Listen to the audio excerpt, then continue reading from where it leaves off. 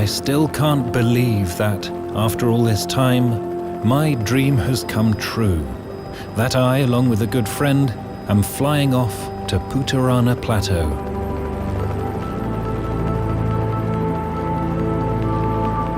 Ever since I was a child, I have dreamt of visiting this magical land and coming upon those mysterious animals people call bloodthirsty killers.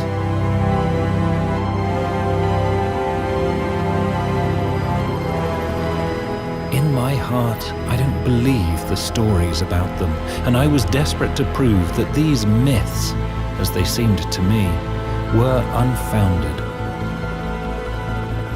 Why the Putarana Plateau, this unfamiliar land about which we know so little? Clearly, there are more accessible places in Siberia to find such creatures. However, it is only here, on Putarana, that they are so unacquainted with man and his cunning nature. This proved the crucial factor in choosing the right place. Will we get lucky and manage, in the chaos of the mountains and the incredible architecture of the valleys and rocks, to find these dangerous beasts and to befriend them? We have no idea at the moment.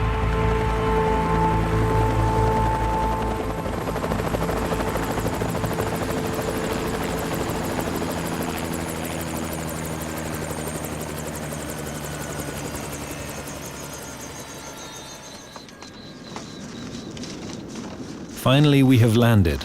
A world covered by snow, this will be our home for the next 9 months. As there is nobody else around for hundreds of kilometers, everything will depend on us alone, our knowledge, experience and skills. Emergency help will not be forthcoming. Всем от винтов, поехали! Ну все, ребята, счастливо. Смотрите, чтобы вас волки не съели.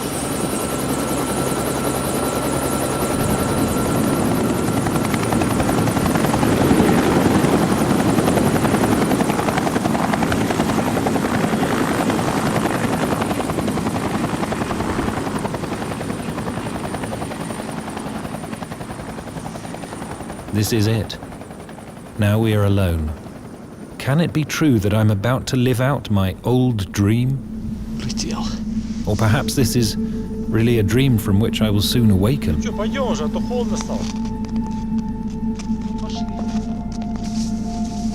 We are not novices in wandering around the north, and we know only too well what it means to spend winter in the taiga without reliable shelter. That is why last summer, when preparing for our future expedition, we built a small house in the heart of the Putarana Plateau, right next to Lake Ayan. Most importantly, the house has to be in a good condition. The freezing cold here is nothing to joke about. Шумовая защита сработала наша.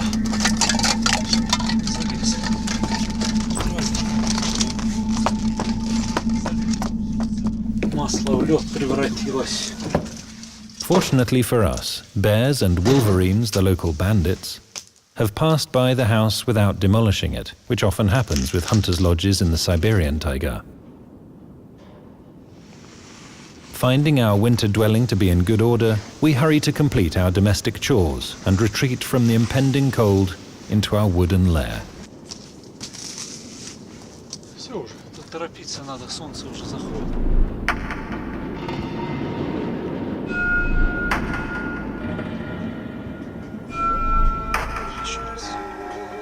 Ну, с прибытием.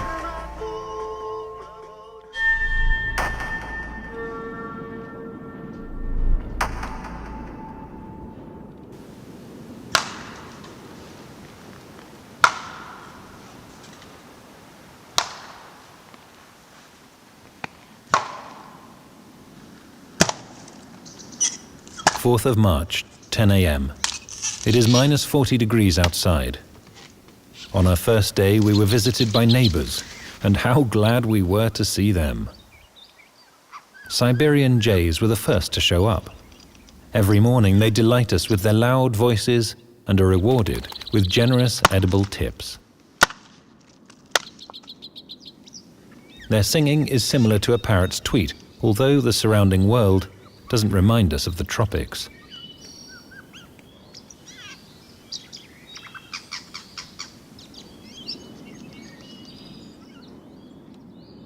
And here is our second neighbour. It is not so amiable. A nimble stoat lodges unglamorously beneath our house and carefully regulates the contents of the rubbish bin. We don't enjoy all of his activities, especially at night. Nevertheless, it wouldn't be right to kick the scamp out for such small tricks.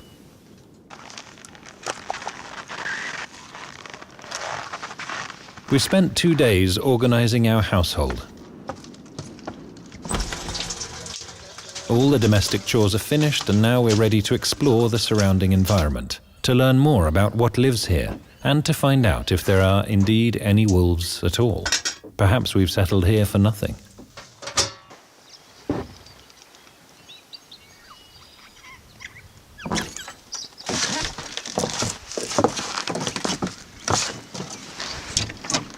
Вот, отлично.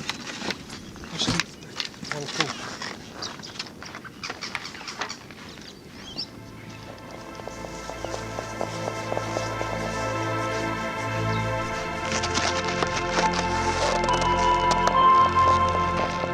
The surrounding region is totally unfamiliar to us.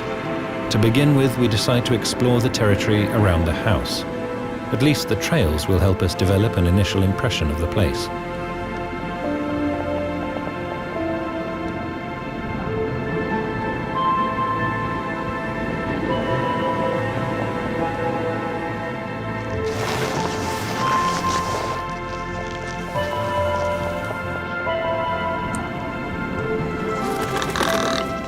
As we set off, the fluffy snow becomes our trusted ally. On its surface lie the footprints of all the local inhabitants: ptarmigans, Arctic foxes, hares. These Arctic residents are perfectly camouflaged. In this kingdom of snow, their white color gives them a greater chance of survival.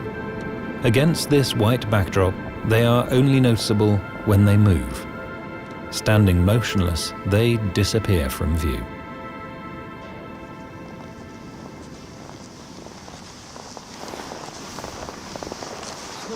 Это же следы волка. Совсем недавно прошел. В сторону озера пошел. Наверное, след матерого волка. Такой тяжелые лапы тащит за собой. А вот еще один след от нас недалеко. Где? The wolf's footprints are fresh and are located not far from the house. This means we didn't make a mistake in choosing this place as our base. There are wolves here, and now we have to find them without becoming their prey. Тут один сидел, там второй.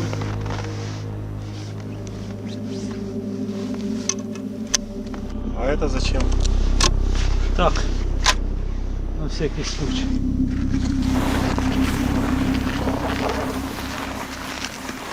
Inspired by our findings, we decide to climb the nearest hill to observe the world around us from above. Ты меня давай толкай. It would seem that now, with the taiga bare and everything exposed, it should be easy to spot the wolves against the white backdrop.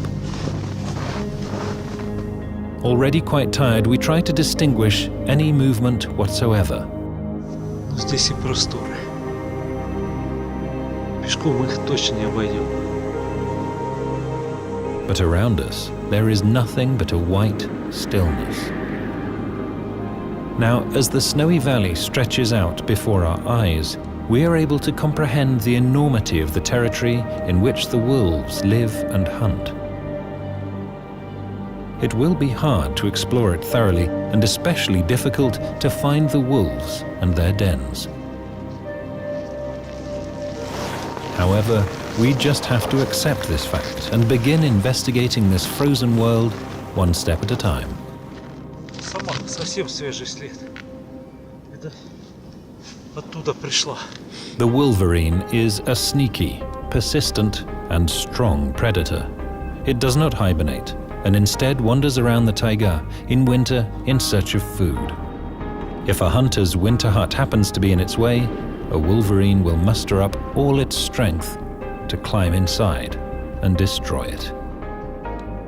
The animal is widely found on Putarana Plateau and has almost no enemies.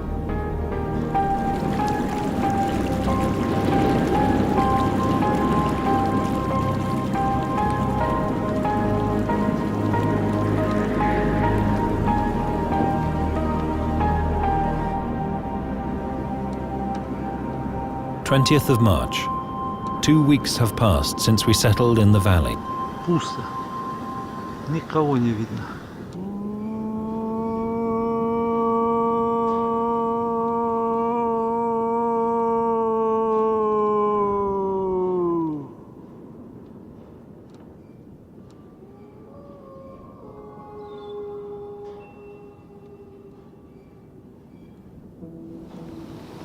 Слышал, Оля?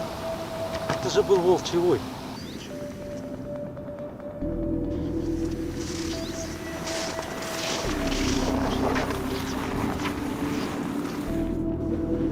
Nothing has attacked us and torn us to shreds, nor pursued us. The wolves haven't been demonstrating any signs of aggression. For this reason, we refuse to carry a rifle with us, as it would be nothing more than a dead weight. Meanwhile, we've seen many wolf footprints and territorial marks, and several times we've heard their discordant howls. It would seem that not only a couple, but a whole pack of wolves, perhaps 5 or 6 in number, live in our immediate vicinity. However, we've yet to catch a glimpse of them. Чего они не слазят? Мышковали или чего? Там вон землю нарыли. Отдай бинокль. Не может быть, это же нора их, Валера. На, посмотри. Я не знаю, что делать. Пойти подняться. Мы наследим. It's great luck to discover a wolf's den in the taiga. Now we'll definitely come face to face with the wolves.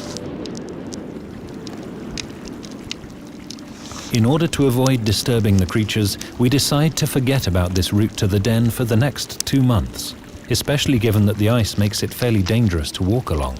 We'll wait until the end of May, when the wolves give birth to cubs.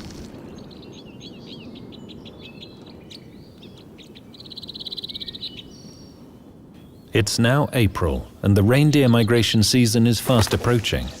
We're preparing ourselves to meet them, and there's no better place to watch the reindeer than the northernmost tip of Lake Ayan. Here the lake turns into a bottleneck, forming a narrow thoroughfare along which the reindeer will no doubt travel.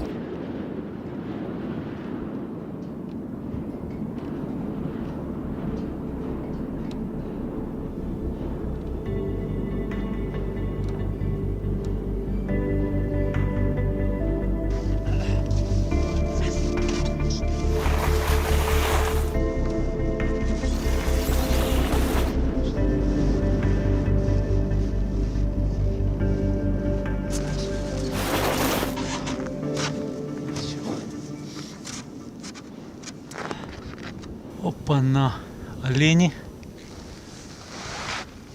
Целая вереница идет. In early April, a primordial instinct leads reindeer to leave their winter pasture lands in Evenkia and start traveling northwards. And we are lucky enough to observe the group in the vanguard, with around 300 trailblazers slowly walking over the lake. They are only the first of thousands in this migration, which will serve as the valley's most beautiful spectacle from now until the end of May. Presently, only females and youngsters are on the move, whilst the males remain in the south. They will be the last to travel this journey.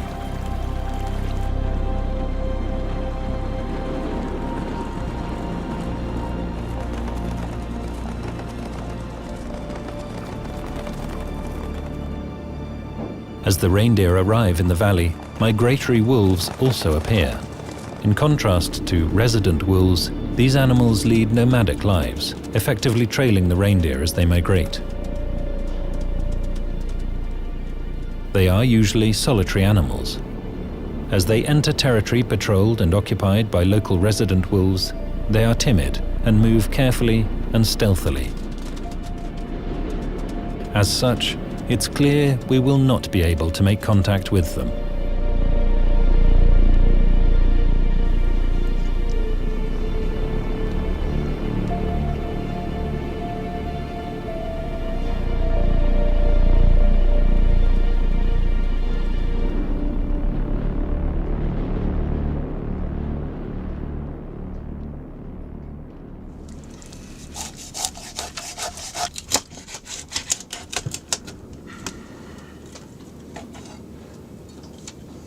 Валера, волки пришли.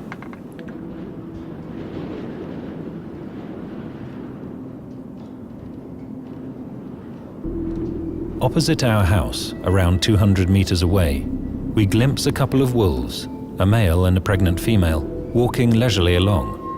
Their relaxed behavior suggests that they are a local couple. It was probably these wolves' footprints that we discovered on our first day in the valley.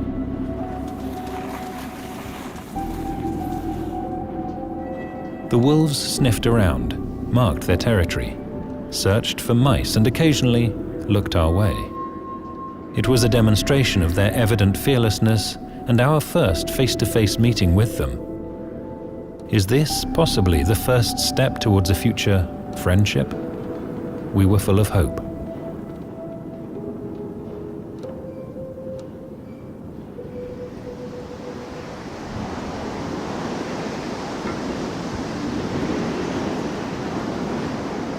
Spring in Putarana brings frequent stormy weather. Severe snowstorms don't frighten us, as we are sitting in warmth and comfort.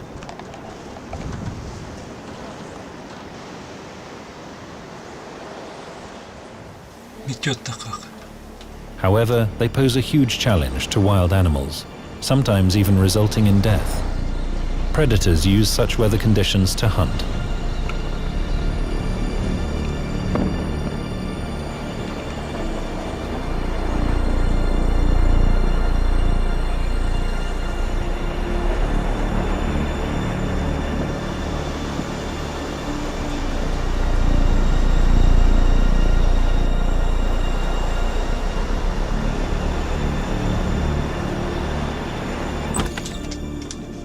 Там олени уже как бешеные со стороны озера. Может, там волки охотились? Надо сходить посмотреть.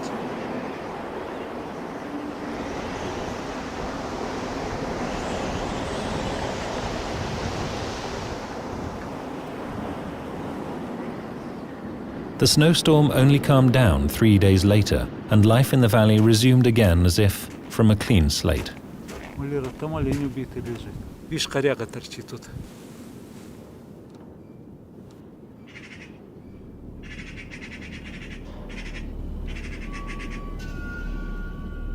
In the valley's narrowest region lie the remains of a savaged reindeer. We don't approach it. Instead, we construct a primitive hiding place and start observing in the hope that the hunter will return to finish off his feast.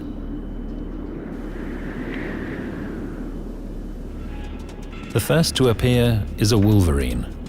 Acting somewhat strangely, it approaches the reindeer extremely cautiously, dodging, glancing around, clearly frightened.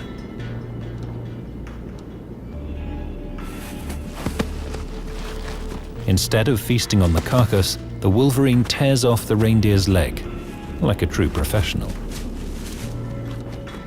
Its movement is precise, perfect, and the leg is broken off almost immediately. And just in the nick of time too. In the distance, a new actor appears on the scene. And the wolverine rapidly disappears into the forest with the reindeer's leg. When you steal, it is foolish to display any bravado. Instead, you always have to be on your guard. In the wild, that is the first rule of nature's survival code.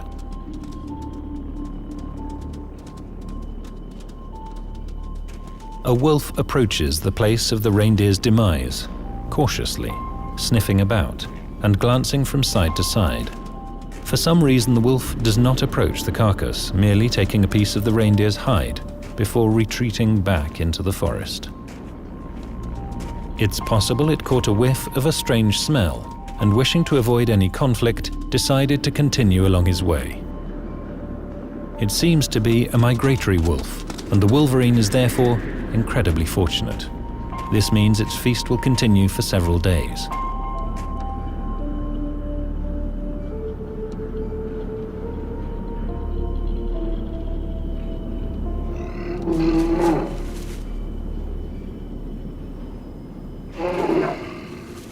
In these parts, bears usually wake from their hibernation around the beginning of May. This year, however, owing much to the early thaw, the master of the taiga has awoken in April. On leaving its lair, this lumbering beast travels along the river in the hope of stumbling upon some melted fish or carrion. Nonetheless, bears are not averse to occasionally combining their nutritional rations with some fresh meat.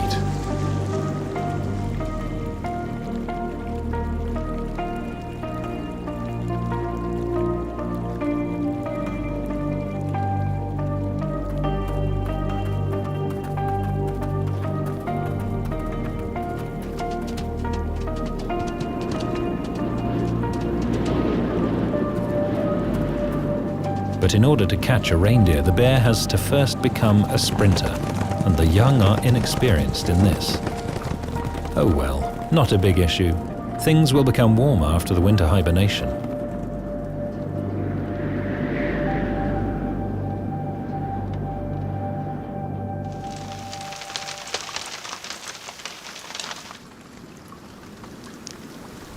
The 20th of May. Visible changes are underfoot in the wild, particularly with the reindeer's migration. One can feel the increasing warmth in the air. It is a signal to the males. We notice their arrival immediately. The deer's heads are covered with small velvety lumps. These are velvet antlers, young shoots which eventually develop into magnificent adult antlers. However, this future branching is yet to come, and for now there is a distance of thousands of kilometers to travel. Who knows what fate has in store for these wanderers of the north on their long journey? They need to find a way of surviving before autumn arrives.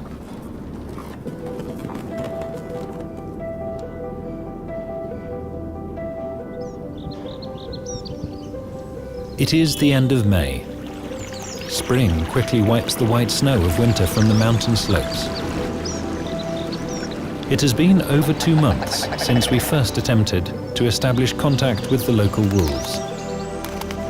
Since then, we have discovered where their den is located. We have also come across some migratory wolves.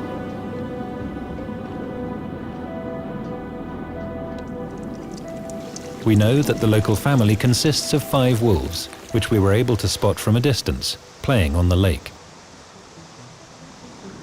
One day, early in the morning, a wolf paid us a visit, approaching the bait we had specifically placed on the opposite bank of the river.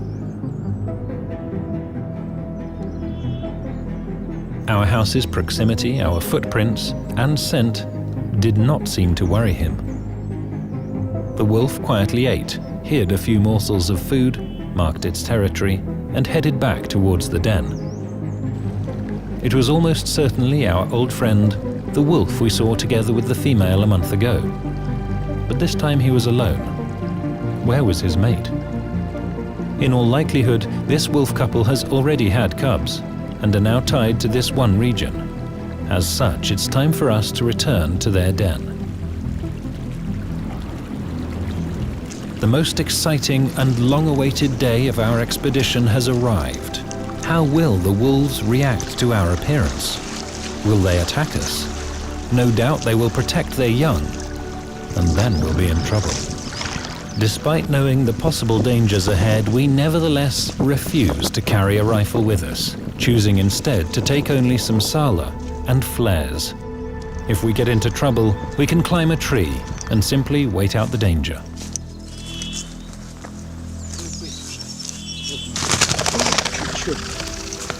Напугал-то, а? А у нее гнездо здесь. Раз, два, три, четыре, пять, шесть, семь, 12 штук. Пошли. During the nesting period, female ptarmigan completely change their feathers and are almost impossible to see in their nests. The birds know this and leave the nest only when danger becomes inescapable. We spend the first half of the day observing their lair. There is silence all around us. Nothing moves. The excitement overwhelms us and we decide to approach the open hole.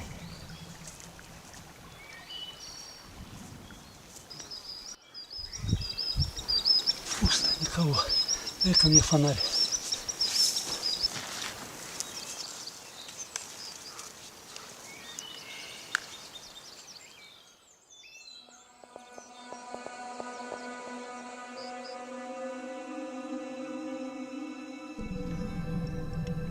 Интересно, что далеко уходит.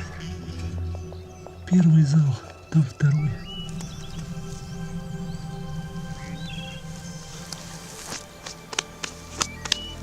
Now that the den appears empty, the link connecting us closer to the wolf family has been broken. We need to find their other lair, and fast, before the cubs grow up and leave the den. We know one rule which wolves always follow. They always build their homes near water.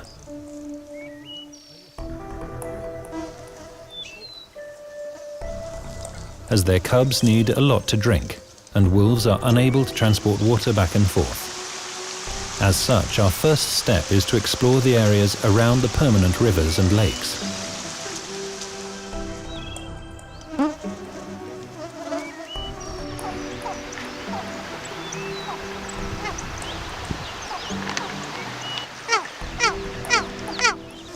We have begun a new search in the territory around the located den. This is genuine wolf country. We find one old one and 3 perfectly suitable wolf dwellings. However, they are all empty. Ой, чего там? Это совсем старое. Здесь вода стоит. Пошли тогда. Повезло. И это логово пустое. We walk further and further into the taiga in search of the lair, and in so doing make some interesting discoveries that confirm the active lives of the nearby wolves. Everywhere around us we find wolf tracks, droppings, fur, gnawed deer bones, and even the remains of wolves themselves. With each new discovery, it becomes clearer that we are getting closer to the wolves. Very soon we'll find an inhabited den.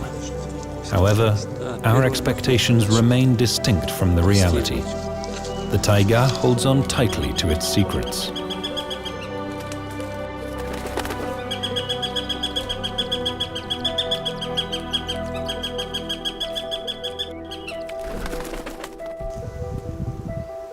Классный череп. Росомаха, наверное. Зубы еще хорошие. И своей смертью померла-то.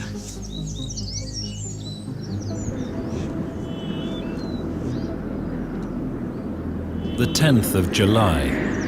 The days are flying by. We continue searching new corners of the valley. Occasionally, on examining a creek or canyon, we find ourselves in areas where a wolf's den cannot possibly be. Nevertheless, we open up wonderful new worlds of rocks, birds and waterfalls.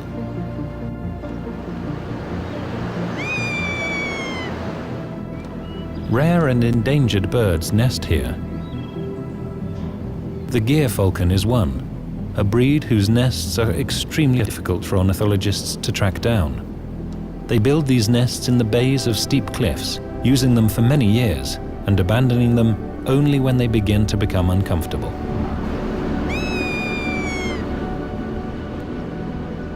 Buzzards are not so interested in comfort.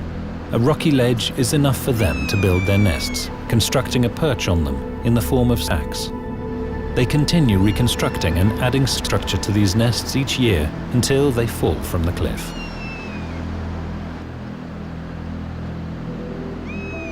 Buzzards and gear falcons usually position their nests on the southern side of the canyon. Sunlight is not an issue for these bright young chicks. However, for black raven chicks, it can be deadly. As a result, ravens usually build their nests in the shaded parts of the cliffs or in deep bays.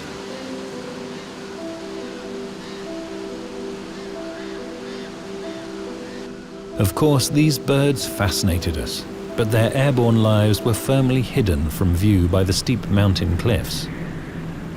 Therefore, we spent much of our trek absorbed by the life around the waterways. Every river and mountain stream here has its own waterfall, each with its own unique beauty, height, and strength.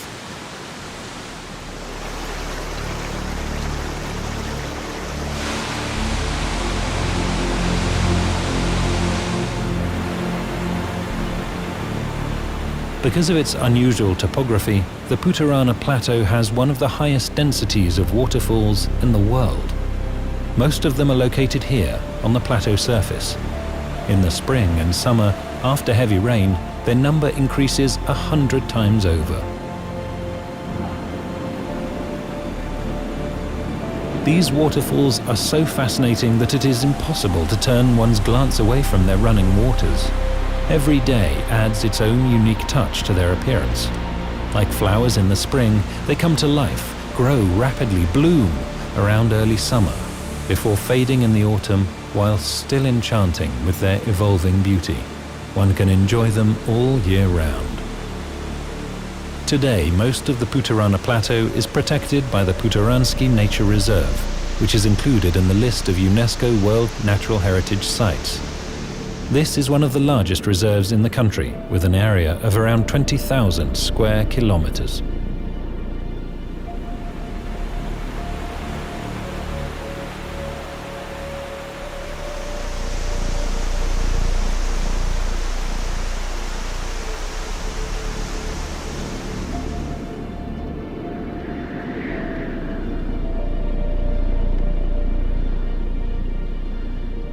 The 5th of August. The search for a new den comes to a dead end. It is a mystery. Some of the wolves' traces remain, but their owners are nowhere to be seen. We sense that we may be chasing ghosts. Our daily roving in the taiga is proving extremely exhausting, and we're ready to give up.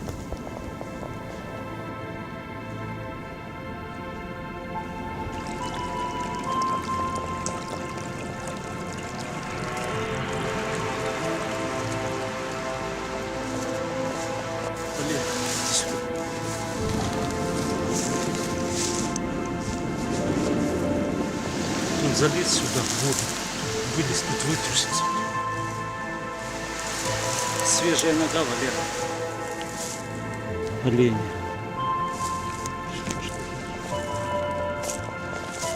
These well-trodden paths lead away from the stream and up the slope, scattered with cub droppings. They deliver us to the ruin of some large rocks.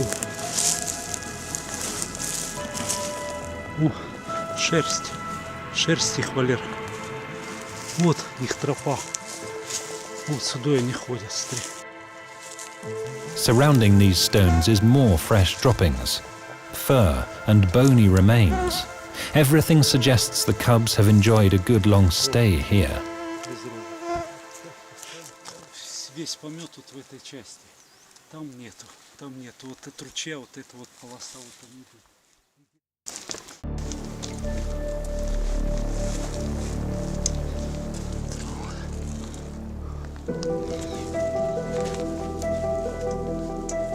Да, смотри, сюда залазили, да, смотри, шерсть. Висит шерсть. Thoroughly exploring the area, we find nothing resembling an entrance to a den. It is likely the wolves left this place just days ago. We have arrived too late. Ёк, вас настали.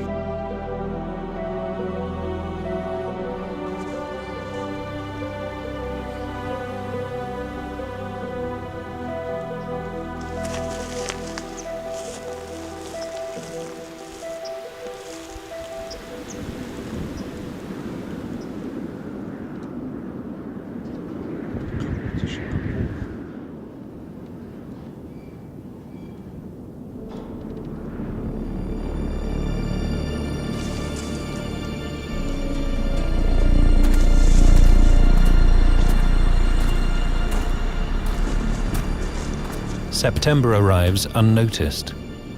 Winter will soon dawn on the region, and along with it the reindeer will return and the wolves will be set into motion.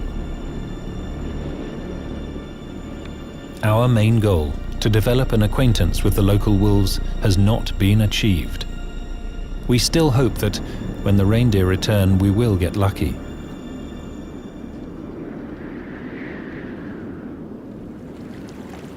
Meanwhile, charmed by the Indian summer, we immerse ourselves in a forest fairy tale and enjoy the beauty and generous gifts of a golden autumn.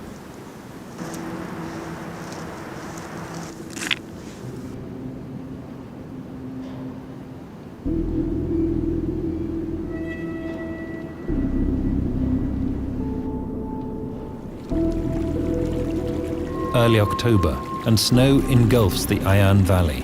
Ptarmigan, hares and Arctic foxes are now dressed in winter coats and blend into the landscape. Only their trails betray their presence. Nature has deprived the sable of a white coat, and we spot one in the distance, hunting by the river. Seeing us, the robber grabs his prey and runs like an arrow into the woods, hiding up a tree.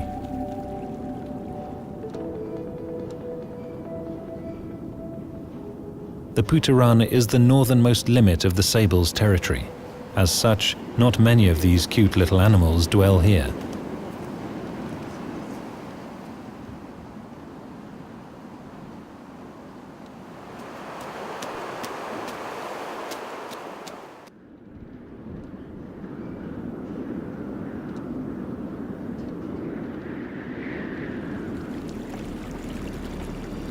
Winter truly arrives at the end of October.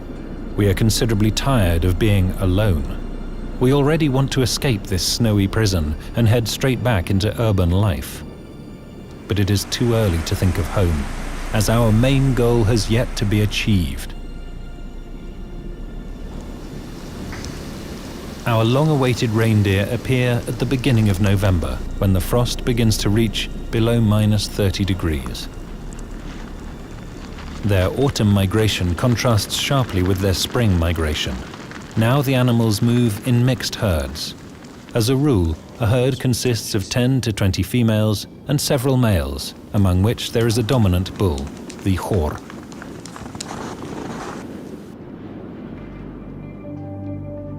Wearing the largest antlers and with a long silver beard hanging from his neck, the hor constantly keeps watch over his herd and defends the females from any attempted attacks.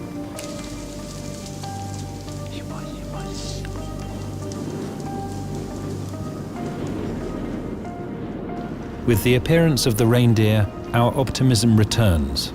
It should be that the local wolves are stirred into action, following them close behind. But our joy proves premature. Already on the third day, the migration diminishes sharply in size, with the reindeer ceasing to move at all soon after this. We no longer expect the wolves to appear, and so call an end to our expedition.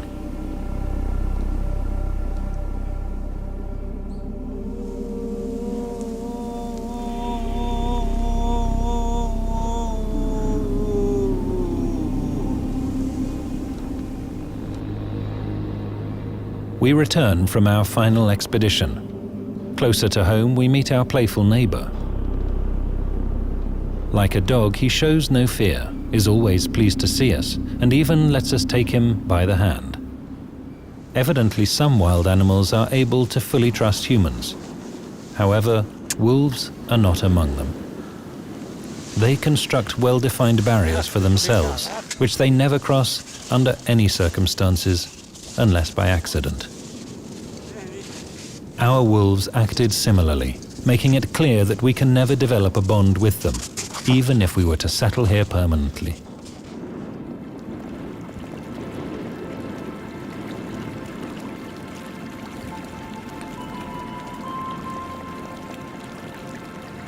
The November days shorten very quickly, and the cold intensifies just as rapidly. It is fast approaching the Arctic night, a time of frost and darkness. Almost every night, the sky above our house flashes with the glowing patterns of the northern lights. we go outside to enjoy this Arctic festival. The lights usually sparkle with shades of green, but sometimes we get lucky and witness other colors.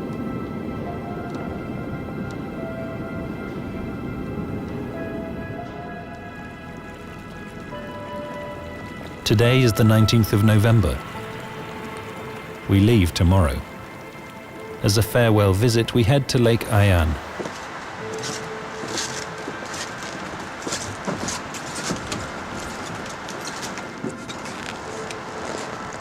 Сколько там? Минус 30. Холодно сегодня.